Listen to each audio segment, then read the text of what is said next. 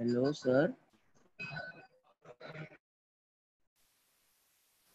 बोलो बेटा। सर नहीं sir, good morning. Good morning. Good morning sir. Good morning sir. Good morning sir. Good morning.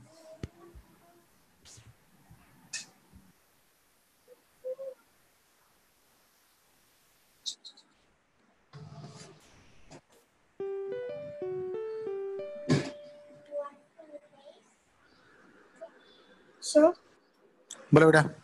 sir, I have some doubts regarding the PDF. Yes yes I बोलो। have. We are going to discuss it now or later? I will discuss it now. Okay.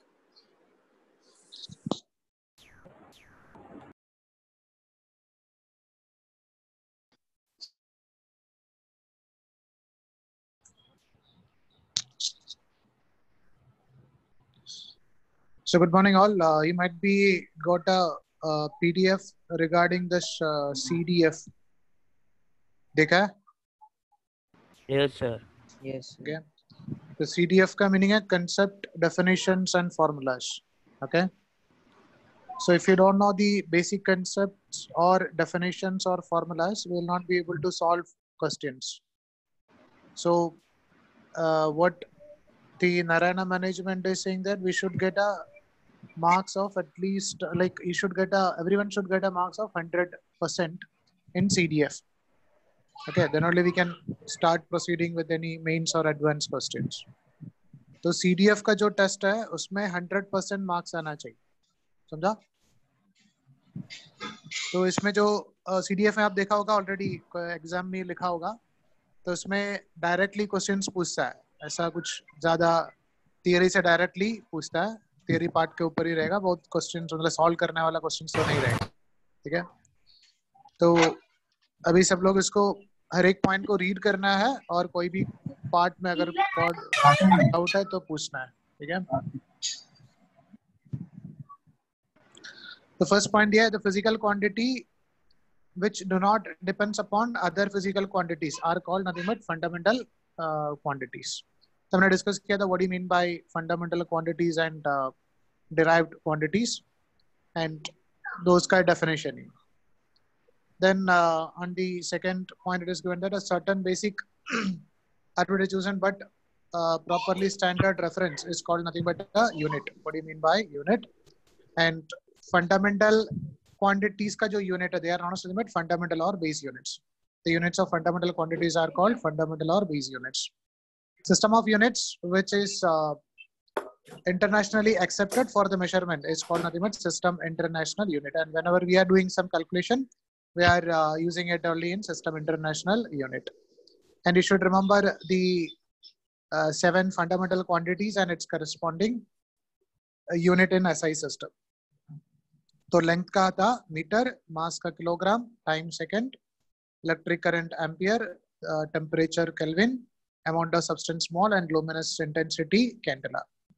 And पहले उसके बाद मैंने discuss किया about supplementary units. Supplementary units में दो आता था, प्लेन एंगल और सॉलिड एंगल. प्लेन एंगल हम लोग रेडियंस में मेजरमेंट करेगा, सॉलिड एंगल रेडियंस में मेजरमेंट करेगा. And physical quantities which can be derived from fundamental physical quantities are known as nothing but derived quantities.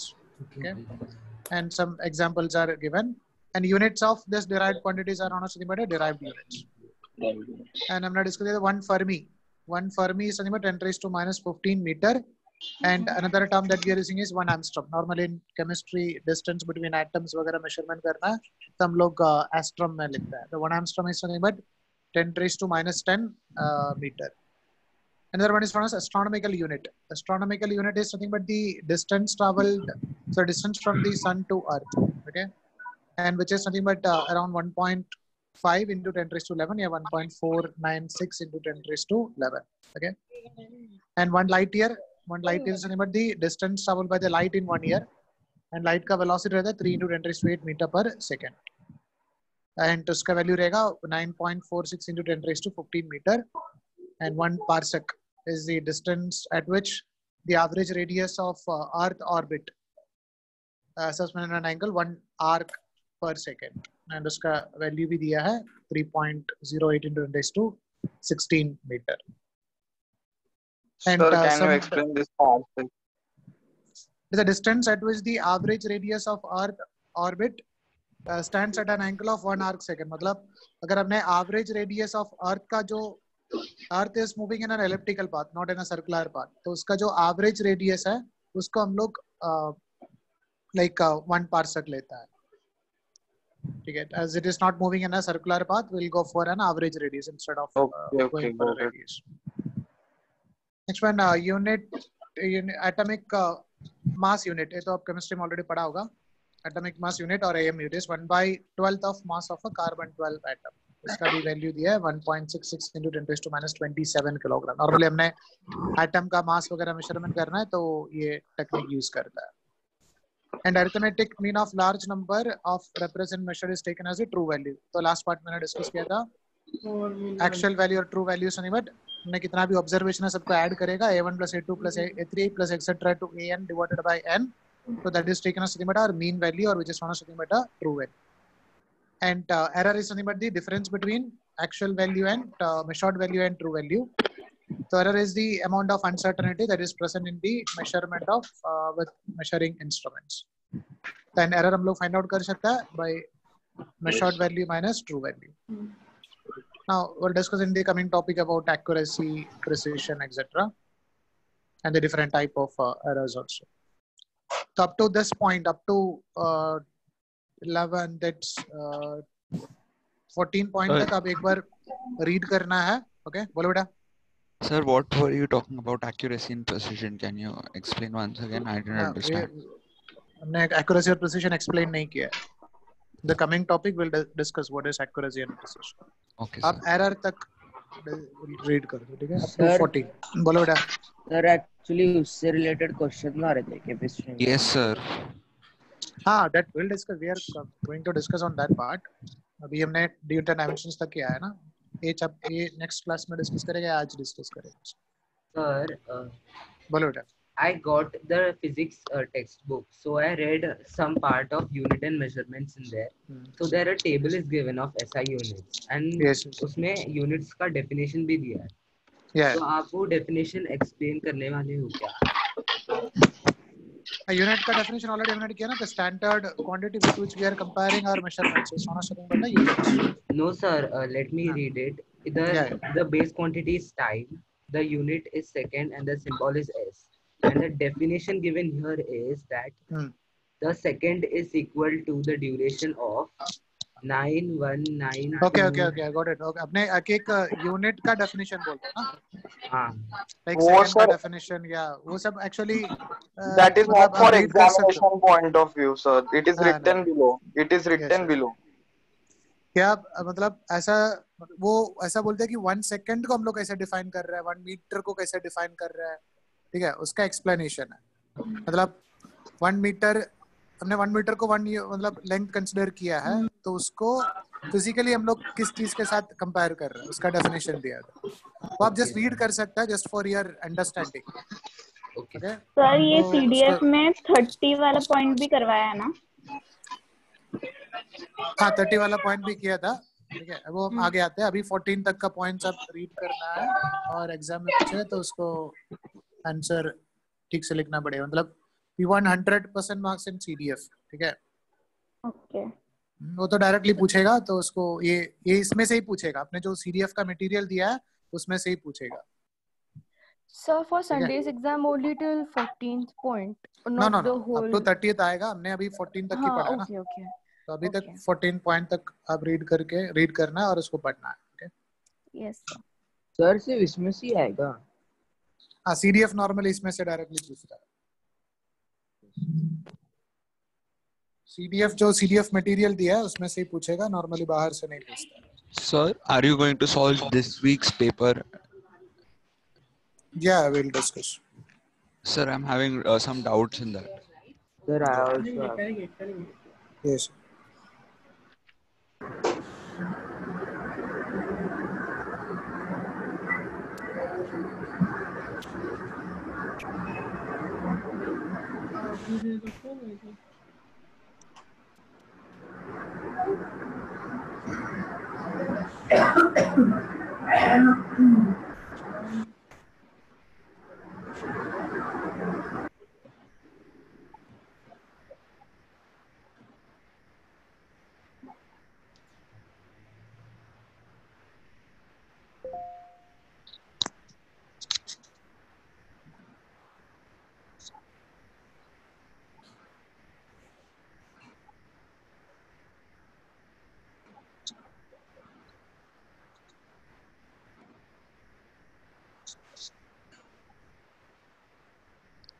So in the first part, we'll discuss about your doubts in this unit and measurements. बोलो बेटा कौन सा question में doubt है? Sir, 78. 53. The modulus of elasticity is dimensionally equivalent to. Okay. Actually, आप लोग को पता नहीं है what is this modulus of elasticity? Modulus of elasticity is basically stress divided by strain होता है. Okay. So modulus of elasticity is nothing but stress by strain. Stress divided by strain. तो stress हमने already discuss किया था. Stress था force divided by area. Okay. And strain क्या था? Change in dimensions by original dimensions. तो change ये strain का कुछ डायमेंशनल फार्मूला नहीं था, तो वी कैन से दैट ये स्ट्रेस का डायमेंशनल फार्मूला और ये जो मॉडुलस ऑफ इलास्टिसिटी है उसका डायमेंशनल फार्मूला सेम रहता है. तो क्वेश्चन में भी पूछा है modulus of elasticity is dimensionally equal to that of stress. ये आपको एक इलास्टिसिटी करके एक चैप्टर है उसमें ही पढ़ेगा. और बोलो 54.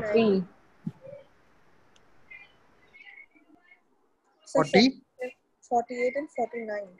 48. The dimensional formula of strain energy density is. क्या बेटा? तो कोई भी क्वेश्चन में स्ट्रेन एनर्जी डेंसिटी या कोई भी मतलब कोई भी एनर्जी डेंसिटी दी है, मतलब इलेक्ट्रिक फील्ड एनर्जी डेंसिटी होता है, ग्रेविटेशनल फील्ड एनर्जी डेंसिटी होता है. एनर्जी डेंसिटी का मीनिंग है एनर्जी पर यूनिट वॉल्यूम. ओके. तो हम लोग को क्या फाइंड आउट करना है? एनर्जी पर यूनिट वॉल्यूम का डायमेंशन फाइंड आउट करना है. तो एनर्जी बाय वॉल्यूम करना है. एनर्जी क्या होता है? वर्क का डायमेंशनल फार्मूला एनर्जी का सेम है. तो ml² T⁻²- divided by volume क्या होगा? L3. तो इसका वैल्यू मिलेगा ml⁻⁻1 T⁻². ओके. कोई भी एनर्जी डेंसिटी रहेगा तो एनर्जी पर यूनिट वॉल्यूम. और बोलो 40. और कौन सा? 49. 49. The dimensional formula of aerial velocities. Aerial velocity का meaning है it is nothing but the rate of change of area. मतलब एरिया कितना कवर कर रहा है in a unit time, that is known as aerial velocity. तो same as like distance by time, their area by time. Area का क्या रहेगा? L² रहेगा. टाइम का क्या रहेगा? T रहेगा. तो L² T⁻⁻1. और बोलो 51.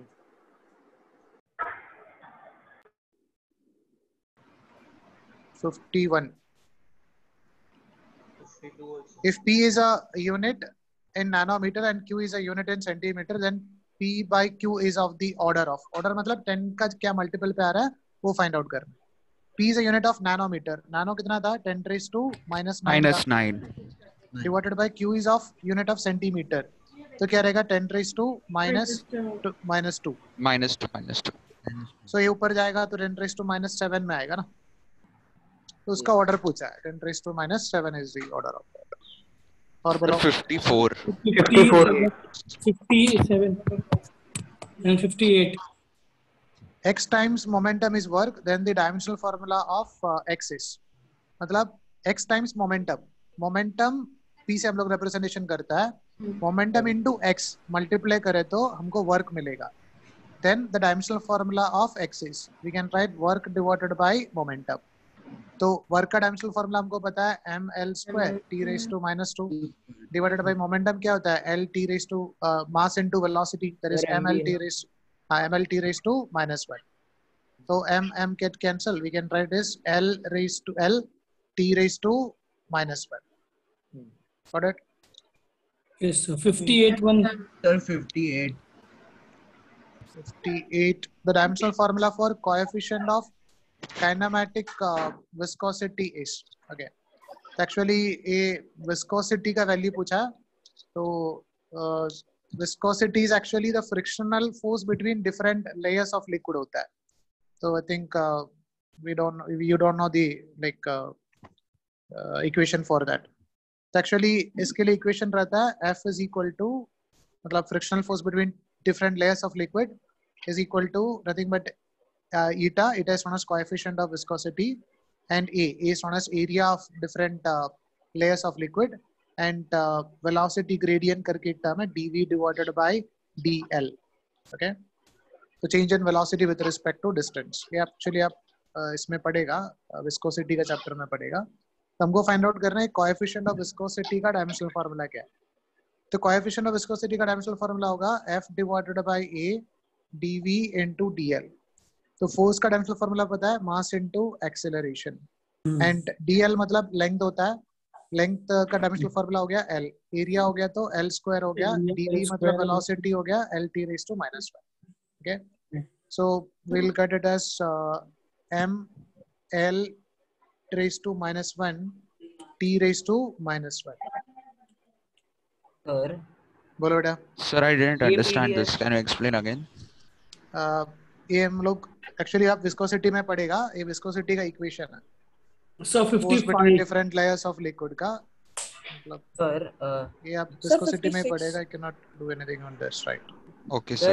this PDF, ये PDF आपने आज सुबह जो नीट के ग्रुप में पोस्ट किया था उसका वो नहीं है. ये नीट का PDF है और एक IIT का PDF भी है.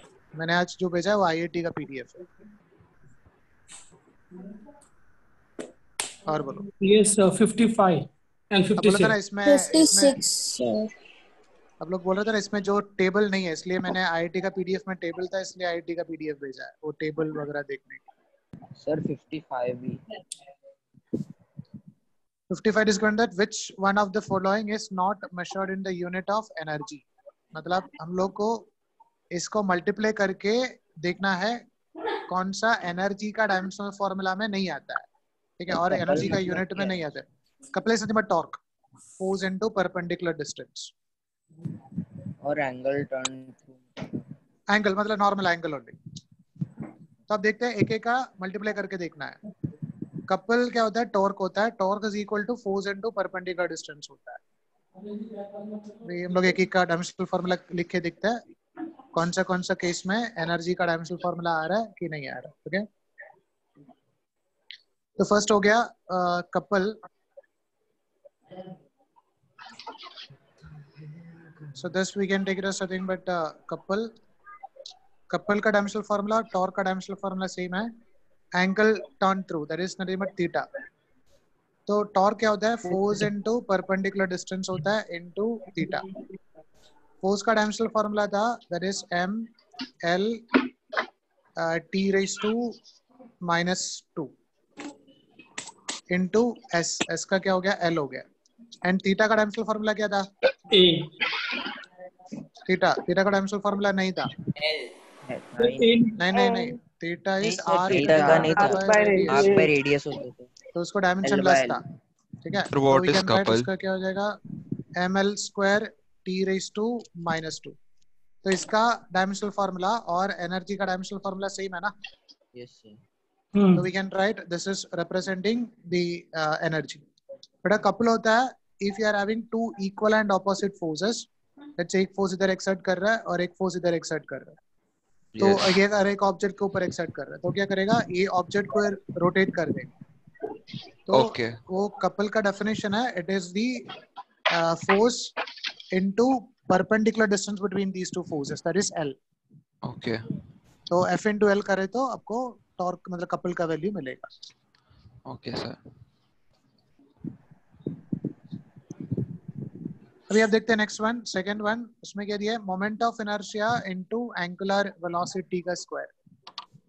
तो moment of inertia into angular velocity का स्क्वायर.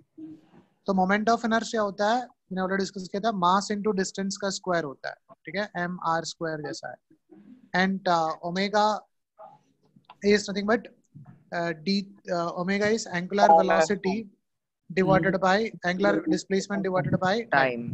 ठीक है, तो m के लिए हमने क्या लिखेगा, मास के लिए हम लिखेगा R के लिए L स्क्वायर L लिखेगा एंड थीटा का डायमेंशनल फॉर्मूला नहीं है, T का T हो गया तो T raise to minus 2।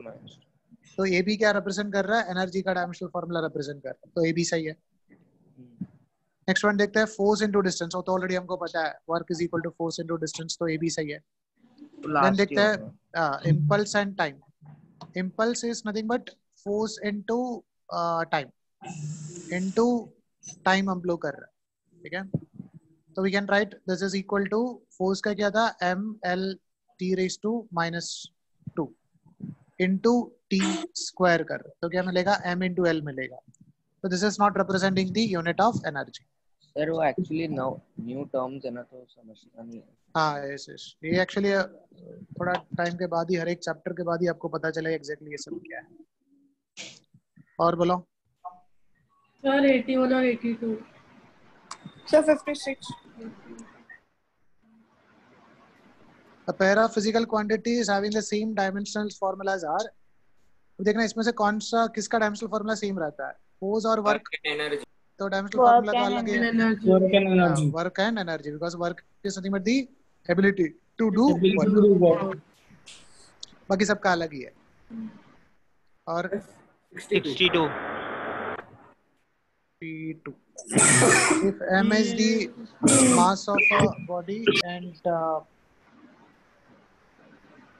if m is the mass of a body and a is amplitude of vibration, omega is angular velocity, half a m square omega.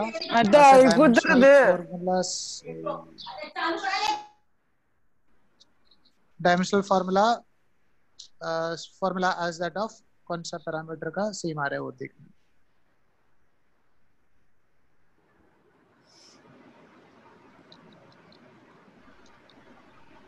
But here it is given that m is the mass of the body and a is amplitude of vibration, omega is angular velocity. तो m का dimensional formula हमको find out करना है, half into m into a square into omega square का dimensional formula. ये जो half है उसका कुछ डायमेंशनल फॉर्मूला नहीं रहता है, जस्ट नंबर है। m मास हो गया, उसका डायमेंशनल फॉर्मूला m हो गया। a इज एम्पलीट्यूड, एम्पलीट्यूड मतलब क्या हो गया, डिस्टेंस ही हम लोग मेजरमेंट कर रहा है, उसके क्या हो गया l होगा, तो l square. And omega is angular frequency, मतलब एंगुलर वेलोसिटी जैसा है ओमेगा थीटा बाय t, तो उसको क्या रहेगा, t raise to minus 1, t raise to minus 1 का स्क्वायर, तो t रेज टू माइनस 2, ठीक है। तो इसका वैल्यू हमको क्या मिल रहा है, m ही मिल रहा है। तो सॉरी नहीं, M L square T raise to minus 2 मिल रहा है, वो किसका हो गया बेसिकली, इम्पल्स। इम्पल्स क्या होता है, फोर्स इनटू टाइम, वो तो नहीं आएगा ना, impulse is nothing but force into time. Force का क्या रहेगा, M L T raise to minus 2 into T, तो M L T raise to minus 1 मिलेगा, तो ये नहीं है। नेक्स्ट वन क्या है, moment of inertia. Moment of inertia क्या था, एम इंटू आर स्क्वायर, तो ये आएगा एम इंटू एल स्क्वायर, ये भी नहीं है। अभी नेक्स्ट वन क्या है, moment of momentum. Moment of momentum means nothing but which is nothing but this distance into momentum is nothing but a moment of momentum, okay. तो moment of momentum का value आपको मिलता है, momentum होता है mass into velocity, तो mass into velocity L T raise to minus 1 into distance, तो क्या होगा, M L square T raise to minus 1 मिलेगा। तो कहते हैं moment of force. Moment of force is nothing but a couple और force into distance. Force का value क्या मिलता है, M L T raise to minus 2 into L, तो एल का dash M L square T raise to minus 2, तो इसका same आ रहा है moment of force. Sir calorie का फॉर्मूला क्या है, calorie is a unit, energy का यूनिट है ना कैलोरी। सर उसका क्या डायमेंशनल, उसका डायमेंशन एनर्जी का dimension M L square T raise to minus 2। Actually quantity का डायमेंशन बोलता है, यूनिट का डायमेंशन नहीं बोलता है। मतलब there is no meaning of dimension of calorie, there is a meaning of dimension of energy. Yes, sir. So 61. Of the following quantities, which one has the dimensions different from remaining 3? तो देखना है इसमें से किसका dimension same आ रहा है, किसका डायमेंशन अलग अलग आ रहा है। तो फर्स्ट में दिया है एनर्जी डेंसिटी, ऑलरेडी हमने डिस्कस किया। एनर्जी डेंसिटी मतलब एनर्जी पर यूनिट वॉल्यूम, तो इसका डायमेंशन होगा एनर्जी का ml² T⁻⁻² divided by energy density मतलब L³ वॉल्यूम। तो ये क्या रहेगा ml⁻⁻1 T⁻⁻²। Yes sir. अभी देखते हैं फोर्स पर यूनिट एरिया का डायमेंशन क्या आ रहा है। फोर्स पर यूनिट एरिया, तो फोर्स का होगा ml⁻² डिवाइडेड बाय एरिया का L²। तो भी हमको ml⁻⁻1 T⁻⁻² मिल रहा है, तो ये दोनों का सेम आ रहा है। नेक्स्ट वन देखते हैं product of charge per unit volume and voltage. तो चार्ज पर यूनिट वॉल्यूम और वोल्टेज का चाहिए। तो चार्ज पर यूनिट वॉल्यूम मतलब Q/V into voltage charge density.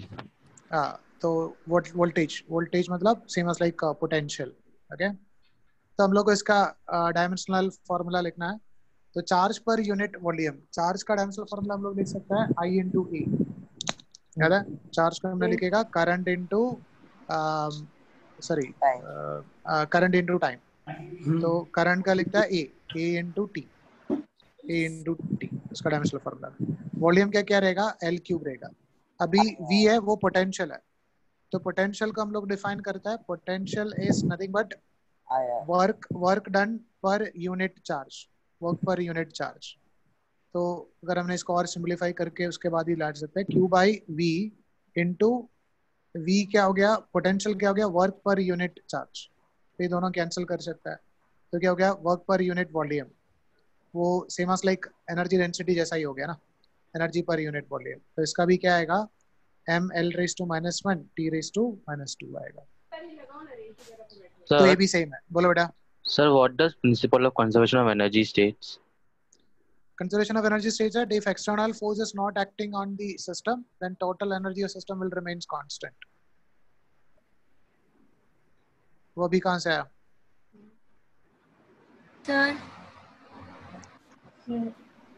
Sir angular momentum का क्या फॉर्मूला है? एंगुलर मोमेंटम रहता है I इंटू ओमेगा, मतलब जो लीनियर मोमेंटम जैसा एक एंगुलर मोमेंटम भी होता है। Linear momentum there are two things, linear momentum और नॉर्मल मोमेंटम रहता है mass into velocity. Same as like angular momentum रहता है which is moment of inertia into angular velocity I into omega. तो angular momentum per unit mass, तो क्या होगा angular momentum per unit mass by mass कर। Angular momentum होता है moment of inertia into angular velocity divided by mass. तो moment of inertia होगा ml² into omega, omega का क्या रहेगा θ/t, तो T⁻⁻1 मास का m, तो इसका क्या आएगा L⁻² T⁻⁻1। तो बस ये जो है बाकी सबका डायमेंशनल फॉर्मूला सेम आ रहा है, इसका डायमेंशनल फॉर्मूला अलग आ रहा है। सर बोलो बेटा। सुना नहीं है? 63।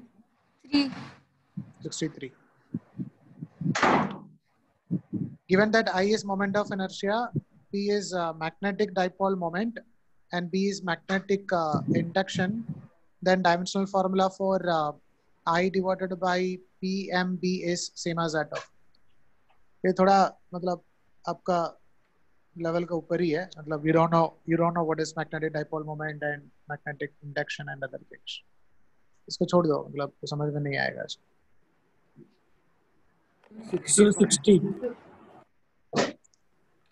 60 specific heat in joules per kilogram per degree Celsius rise of temperature, its dimensions are। specific heat is in joule per kilogram per degree Celsius rise of। ने specific heat का dimensional formula पूछा है, last class में discuss किया ना, what is specific heat। yes sir। joule per kilogram per degree Celsius, तो वही हमने इसका यूनिट लिखे तो ये यूनिट में आएगा। मतलब ने क्या लिखा था Q is equal to ms delta t, तो ये जो S को स्पेसिफिक हीट लिया है तो Q divided by m delta t। तो इधर उसका यूनिट दिया है, Q का यूनिट क्या रहता है जूल रहेगा, मास का यूनिट क्या रहेगा किलोग्राम रहेगा, टेम्परेचर का लोग ने डिग्री सेल्सियस लिया है, इसलिए लिखा है जूल पर किलोग्राम पर डिग्री सेल्सियस। हमको क्या है कि इसका डायमेंशनल फॉर्मूला निकालना है। ऑलरेडी Q क्या होता है, एनर्जी होता है, हीट एनर्जी होता है। तो एनर्जी का डायमेंशनल फॉर्मूला रहता है ml² T⁻⁻² divided by mass का डायमेंशनल फॉर्मूला रहेगा दैट इज इक्वल टू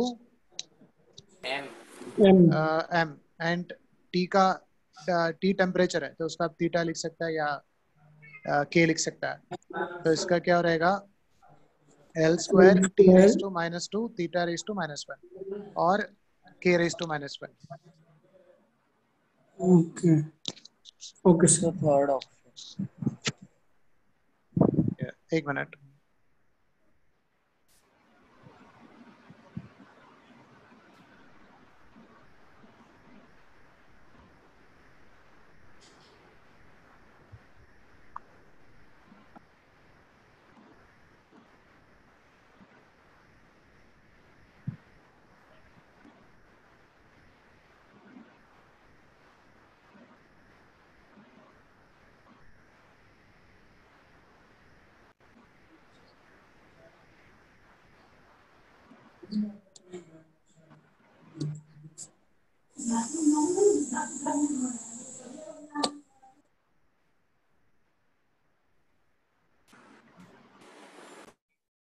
और बोलो बेटा।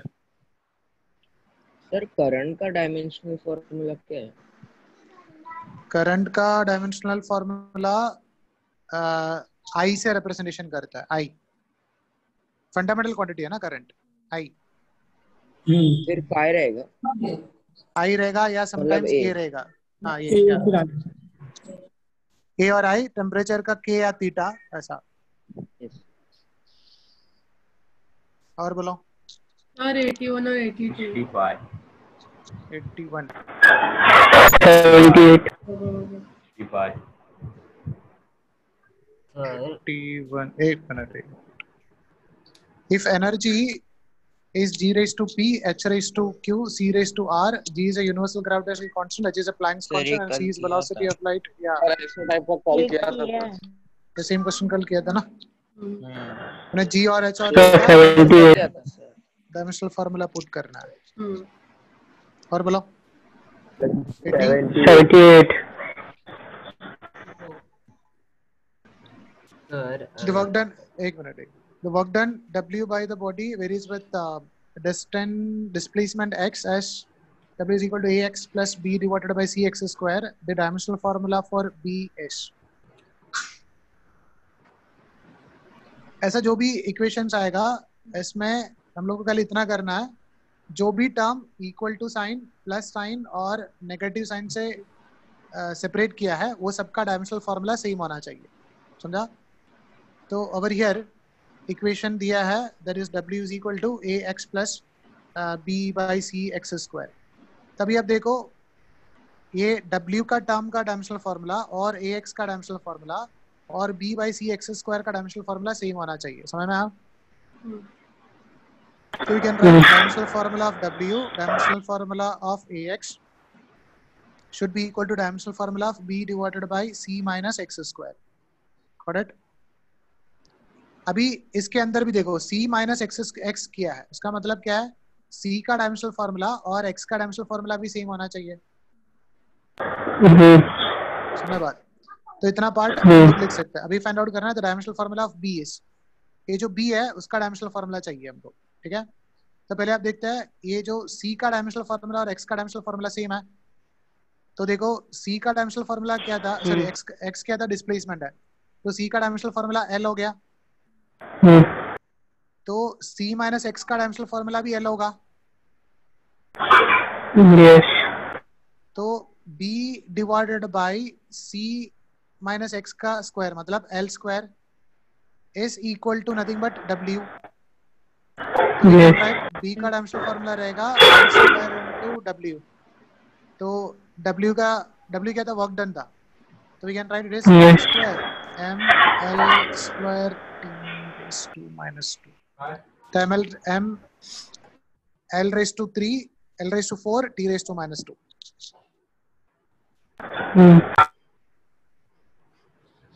Sir, can you explain the doubts of the paper? Yes, yes. Sir, 82 question.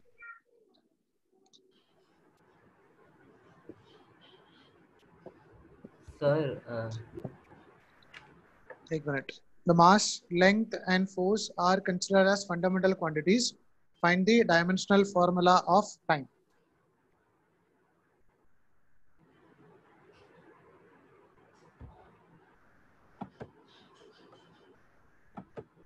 mass, length, and force are considered as fundamental quantities. So we should write it like this: m raised to a, l raised to b, and f raised to c. Okay, are considered as fundamental quantities. Then find the dimensions of time. मतलब ये सबको कैसे multiply करें तो हमको t का dimensional formula मिलेगा, t raised to 1 मिलना चाहिए. Okay, तो हम लोग लिखेगा t raised to 1 या m raised to 0, l raised to 0, t raised to 1 is equal to m raised to a, l raised to b, and force is mass into acceleration, mlt raised to minus 2 raised to c. So we can write this is m raised to a plus c, l raised to b plus c, and t raised to minus 2c.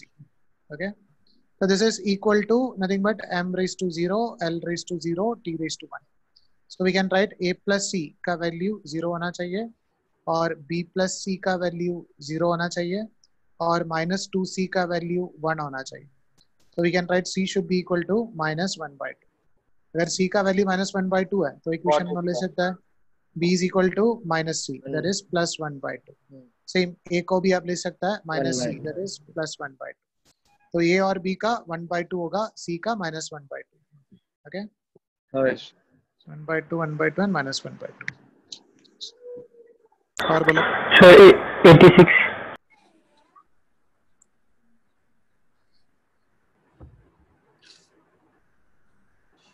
If minute is the unit of if minute is a unit of time, 10 raised to minus 10 meter second square is a unit of acceleration, and 100 kilogram is the unit of mass, then the new unit of work in joule is. Okay.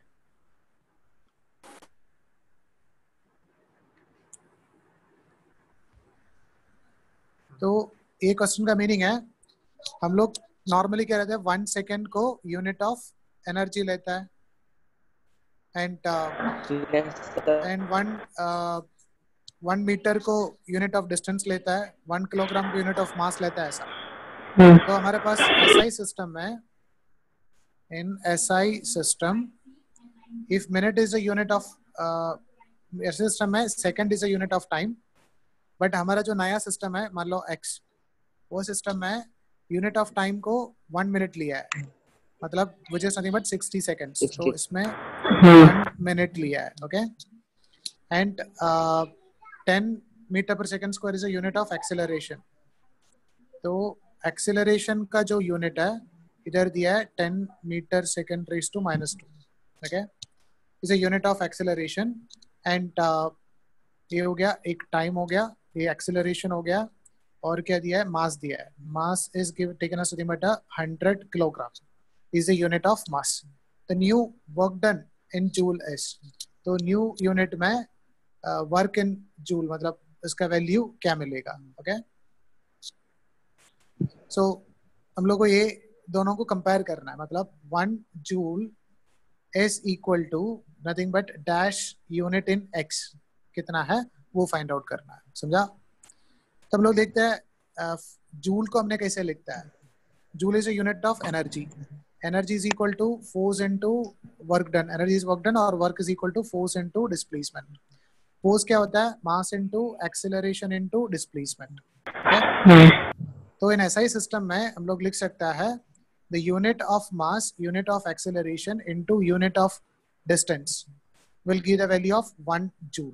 Okay, same as like अभी हमारा जो नया system है उसमें भी unit of mass into unit of acceleration into unit of distance करेगा, तो आपको ये नया सिस्टम है उसका यूनिट एन मिलेगा. Okay, 1 joule is nothing but mass का यूनिट, वो इधर की क्या है किलोग्राम, इनटू एक्सेलरेशन का unit meter per second square into this time का unit that is 1 second. Okay, divided by sorry second नहीं है वो डिस्टेंस है, तो we can write it is meter. Okay, so mass into acceleration into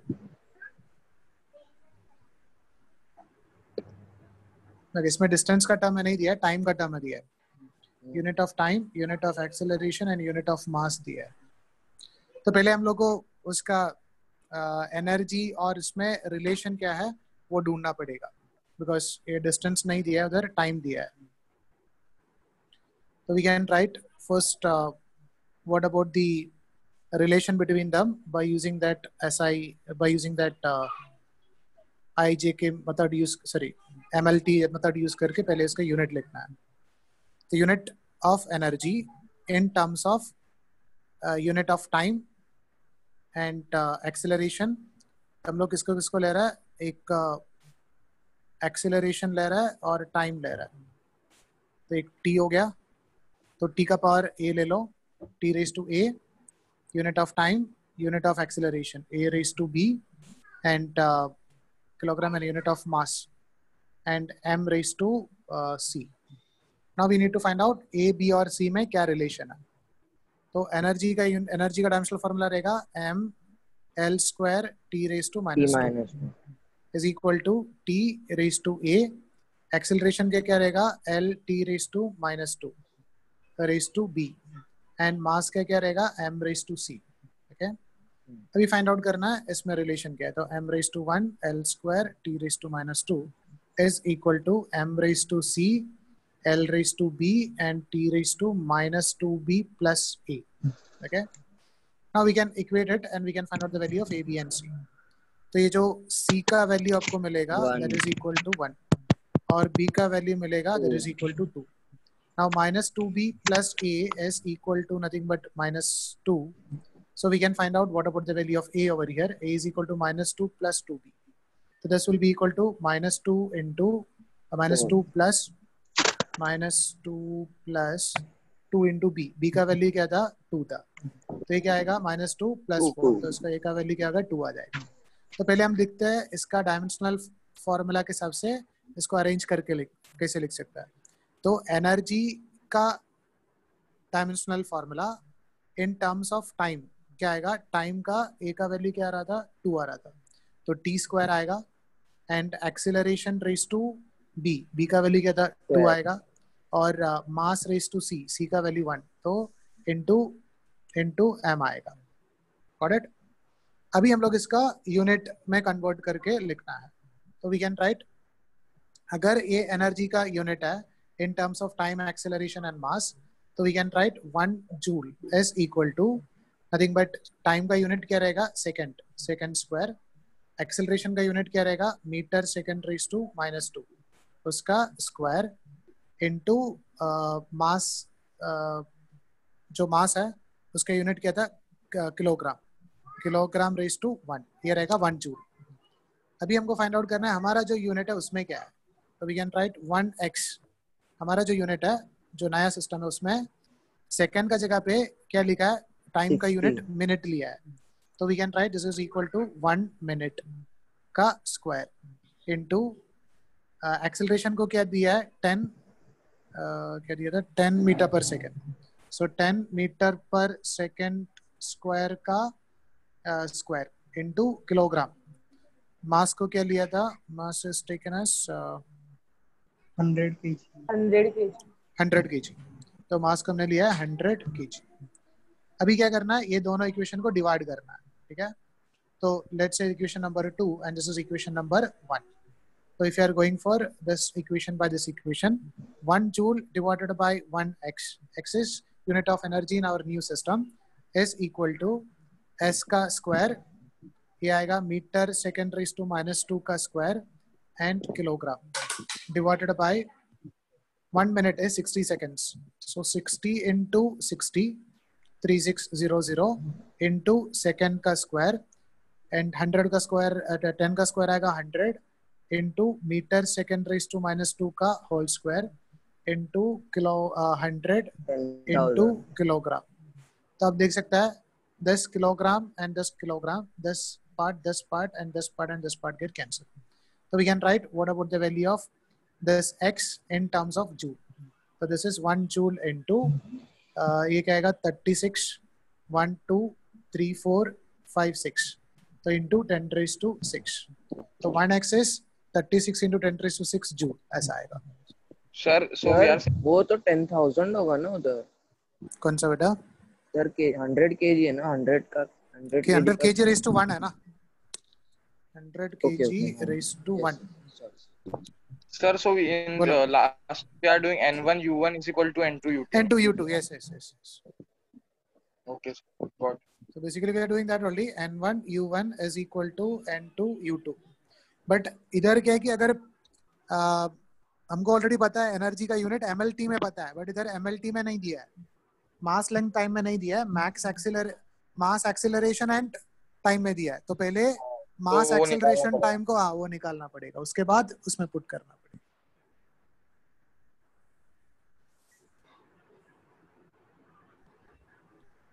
Sir. बोलो बेटा. Sir, I wasn't able to solve this PDF because the homework questions you gave at today 8 in the morning. Sir, so can you discuss this tomorrow also? No. बोलो.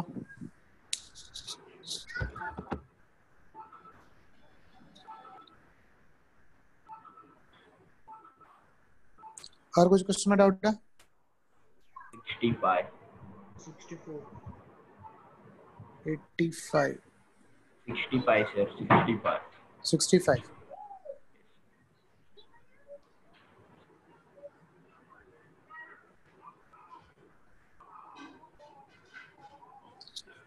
The physical quantities that are represented by P and Q, the dimensions of their product is this one, and dimensions of their ratio is I raised to -1, then P and Q respectively are.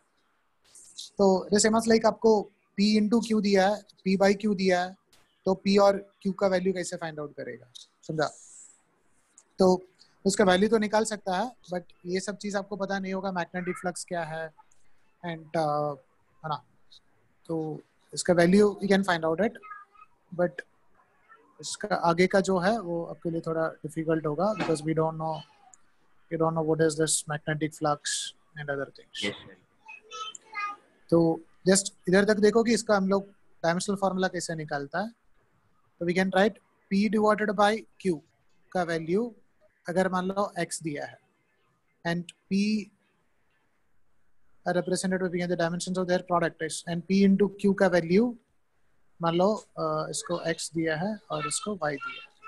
आपको अगर P और इसका value find out करना है तो हम लोग ऐसा लिख सकते हैं P is equal to Q times of y, and we can put on this term. तो क्या मिलेगा, Q into y into Q is equal to nothing but x. तो Q square is equal to x divided by y, or you can write Q is equal to under root of x divided by y. तो product को हमने x लिया था, मतलब under root of x का value क्या रहेगा, m square l raise to 4 t raise to -4 and i raise to -1 divided by y. y is i raise to -1. तो इसका रूट निकालो तो क्या आएगा, m l square t raise to -2 i raise to sir वो cut हो जाएगा. तो ये आपको q का वैल्यू मिलेगा. ऐसा हाँ एनर्जी का डायमेंशन हो गया. ऐसा आप दूसरा का भी डायमेंशन निकाल सकता है, but you don't know what is magnetic flux, तो आप 12th क्लास में पढ़ेगा. 74.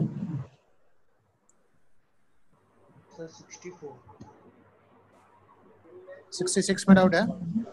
Yes. If the unit of length is doubled and that of mass and time is halved, then the unit of energy will be. Okay? ऐसा बहुत सारा question आता है. This is an important question. If unit of length is double, तो हम लोग पहले find out करना है हम लोग किसका यूनिट ढूंढने वाला है.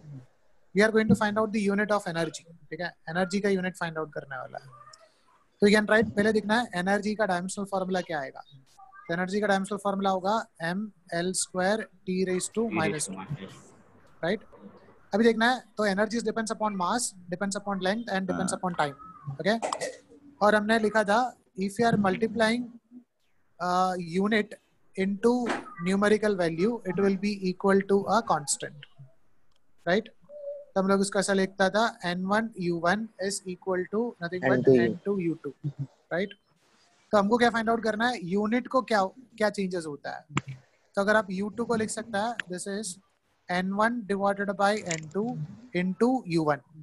तो अगर न्यूमेरिकल वैल्यू बढ़ेगा तो यूनिट का वैल्यू कम हो जाएगा, वो रिलेशन. तभी अब देखना है if the unit of length is doubled, तो ये इक्वेशन के हिसाब से E is equal to ml square t raised to minus 2 था। अभी सेकेंड जो टर्म है उसमें हमने क्या किया, ये जो यूनिट ऑफ लेंथ है वो डबल कर दिया, मतलब l का जगह पे 2l कर दिया, तो ये क्या आ जाएगा 2l का स्क्वायर हो जाएगा, ठीक है। And that of mass and time is halved, तो मास का क्या कर दिया m/2 कर दिया, एंड टाइम का क्या कर दिया t/2 कर दिया, तो t/2 रेज टू माइनस 2। तो अब देखना है इसमें ओवरऑल क्या फर्क होगा, तो हम लोग इसको लिख सकता है m l square t raise to minus 2 into 1 divided by 2 into 2 का स्क्वायर हो जाएगा 4 इंटू दिस 1 बाई 4 बाय 4 ऊपर जाएगा। t we can write as t divided by 2 था, इसको t रेज टू माइनस 2 हमने लिख दिया, इंटू ये 2 है, अगर हमने डिनोमिनेटर में लेके आएगा तो t रेज टू माइनस 1 होएगा, तो वो कहते हैं t रेज टू 2 हो जाएगा, तो 4 हो जाएगा। Got it? तो we can write this will be equal to nothing but 8 times, तो 8 टाइम्स क्या इंक्रीज हो गया, यूनिट इंक्रीज हो गया, तो इसमें कंफ्यूज नहीं होना चाहिए। तो हमको 8 टाइम्स क्या इंक्रीज हो गया, ये यूनिट का वैल्यू इंक्रीज हो गया, तो 8 टाइम्स यूनिट इंक्रीज करेगा, देन ओके वही पूछा है, then the unit of energy will increase by 8 times. Okay sir वो लास्ट में 4 कैसा आया, मतलब t/2 the whole minus 2, 1/2 raise to minus 2 is equal to 2 को ऊपर लिख दो तो t रेज टू माइनस 1 आएगा, t raise to minus 1 raise to minus 2 है ना, that is t raise to minus 1 into minus 2, that is t raise to 2, t raise to 2 is 4, right. Okay okay sir. अब देखो इसमें दो तरीके से question पूछा है, इसमें डायरेक्टली पूछा है the unit of energies, sometimes पूछेगा what happened to numerical value. Got it? The unit of energy is increase by 8 times and what happened to its numerical value, same रहेगी। No numerical value will decrease by 8 times, 1/8 हो जाएगा sir, 1/8 हो जाएगा, ठीक है। n into u is equal to a constant, या n into u is equal to n1 u1 is equal to n2 u2। अगर unit 8 times increase हो गया तो न्यूमेरिकल वैल्यू 1/8 टाइम्स डिक्रीज हो जाएगा, घटना चाहिए, हाँ 1/8 टाइम्स होगा। इसमें यूनिट ही पूछा है, तो unit is going to increase by 8 times ऐसा। और बोलो सो 74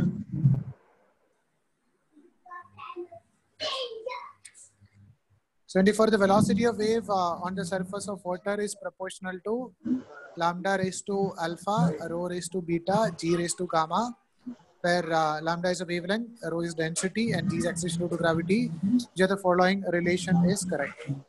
हम लोग alpha, beta और gamma में relation find out करते हैं। So we can write velocity of a wave on the surface of water is proportional to alpha raised to lambda raised to alpha, rho raised to beta and g raised to gamma, where alpha is a density acceleration due to gravity। तो पहले find out करना है alpha beta और gamma का value क्या है, तो v represents velocity, तो क्या हो गया l t raised to minus 1 is equal to lambda represents length, wavelength is nothing but distance, so l raised to alpha, rho represents density is mass by volume, so it is m l raised to minus 3 raised to beta, g represents acceleration due to gravity, so that is l t raised to minus 2 raised to gamma, right? Now we can write its dimensional formula on both the sides, m raised to 0, l raised to 1, t raised to minus 1 is equal to, we can take it as m raised to beta, l raised to alpha minus 3 beta, alpha minus 3 beta minus 2 gamma, and t का term आएगा t raised to minus 2 alpha, right? Now we can compare it and we can find out the value.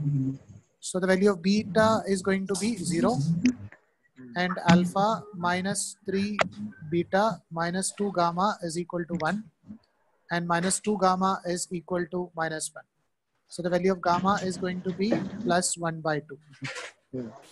So we can find out what about the value of alpha over here. तो beta का value 0 है, तो alpha is going to be 2 times of gamma, So it is 2 into 1 minus alpha is 1 minus 1 plus 2 gamma. So it is 1 plus 2 into gamma का value क्या था 1/2 था, तो alpha का वैल्यू मिलेगा 2. तो alpha is 2, beta is 0 and gamma is 1/2. तो alpha is not equal to beta. हाँ, तो हम लोग अल्फा का वैल्यू इसमें सब्स्टिट्यूट करके भी ढूंढ सकते हैं ना, अल्फा का वैल्यू सेकंड में सब्स्टिट्यूट करके. ऐसा ही किया ना. अच्छा, okay, yes sir 89th question.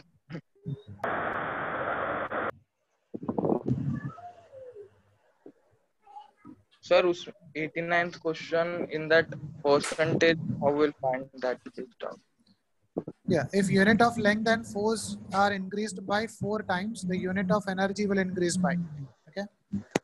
तो percentage मतलब percentage change का मतलब है कि final value minus initial value divided by initial value into 100. तो आपको percentage changes मिलेगा.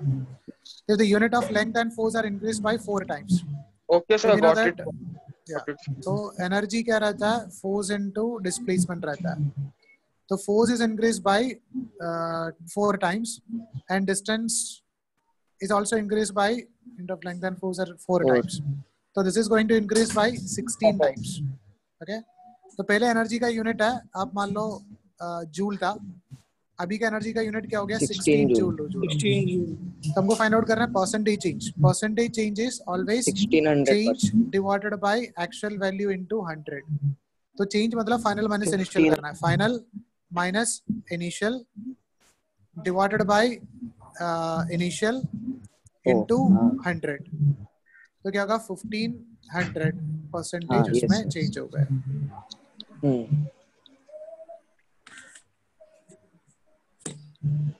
और बोलो सर, इसमें जो नए नए फॉर्मूला है जो हमको नहीं बताओ, आप आगे सिखाएंगे ना हमको?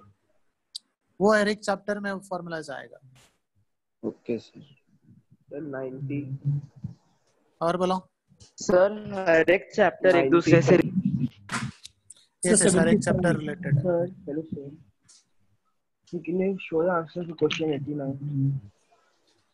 सर, ये संडे के एग्जाम का पोर्शन क्या रहने वाला है? यूनिट एंड डायमेंशंस वही रहेगा. Sir 90. Sir 75.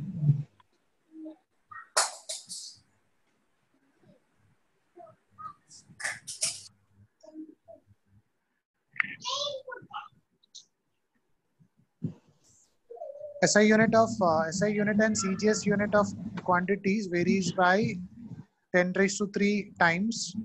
It is SI unit and CGS unit of quantities varies by 10 raised to 3 times. It is तो SI यूनिट में उसका वैल्यू और CGS यूनिट में उसका वैल्यू 10 raised to 3 का फर्क होता है. तो कौन सा क्वांटिटी है वो फाइंड आउट करना है. तो ये बोल्ट्जमैन कांस्टेंट है. ये केमिस्ट्री में पढ़ा है क्या बोल्ट्जमैन कांस्टेंट? K का वैल्यू नहीं है ना? No. तो ये आप आगे पढ़ेंगे. ठीक है. एक ग्रेविटेशनल कांस्टेंट का वैल्यू, इसका वैल्यू हमको पता है ना, G का डायमेंशनल फार्मूला पता है.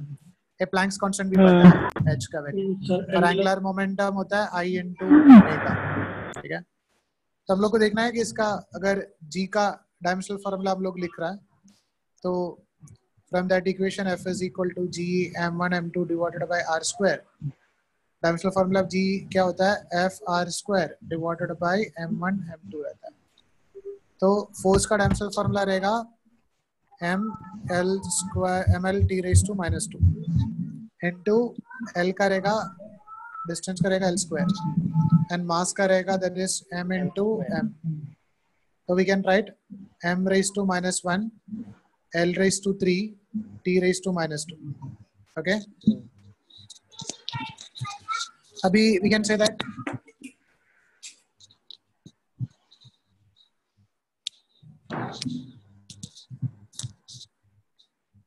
तो जो मास का डायमेंशनल फार्मूला है that we can उसका यूनिट है, हम लोग लिख सकते हैं this is equal to nothing but kilogram meter cube second raised to -2. And you can write what about the corresponding unit in CGS system. तो we can write 1 kilogram meter square second raise to -2 is equal to उसका CGS unit में find out करना है, तो क्या रहेगा gram 1 gram centimeter square sorry kilogram raise to -1 था, kilogram raise to -1, तो इसको होगा gram raise to -1 centimeter cube and second raise to -2। तो ये x का वैल्यू कितना है वो फाइंड आउट करना है, तो we can write this x is equal to kilogram raise to -1 metre raise to 3 second raise to -2 divided by gram raise to -1 centimetre raise to 3 second raise to -2। तब इसको unit में convert करके लिखना है। 1 kilogram is nothing but 1000 gram, तो is 1000 gram raise to -1 and 1 meter is 100 centimeter raised to 3 into second raised to -2 divided by gram raised to -1 centimeter raised to 3 and second raised to -2, so we can cancel this। तो बाकी term है वो क्या आएगा 10 raised to 3 raised to -1 that is 10 raised to -3 into 10 raised to 2 into 3 that is 10 raised to 6, so we'll get the answer as something by 10 raised to 3। तो इसमें 1000 का difference आ रहा है, समझा? ऐसा हर एक के लिए देखना है 1000 का डिफरेंस आ रहा है कि नहीं आ रहा है, समझा? Yes sir. तो इसका आगे का भी एक्सरसाइज 2 का क्वेश्चन भी सॉल्व करना है, I will give it as homework, will continue in next class, और वो सीडीएफ है वो पढ़ना है। Okay okay sir, bye sir. Bye sir. Bye.